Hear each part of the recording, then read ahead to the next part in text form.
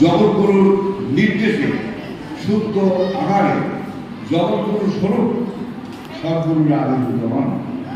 আর অবতার পুরুষরা প্রকট হন।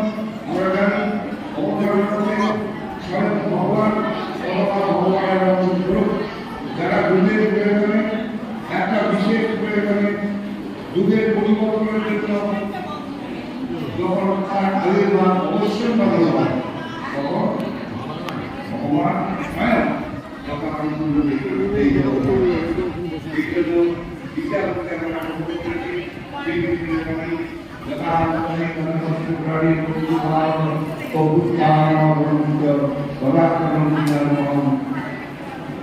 পরিত্রাণায় সাধুরাম বিনাশায় তদুবিদাম ধর্ম সংস্থাপনায় সন্ন্যবামি। অর্থাৎ যুগে যুগে যখন বিচার হয় সাধু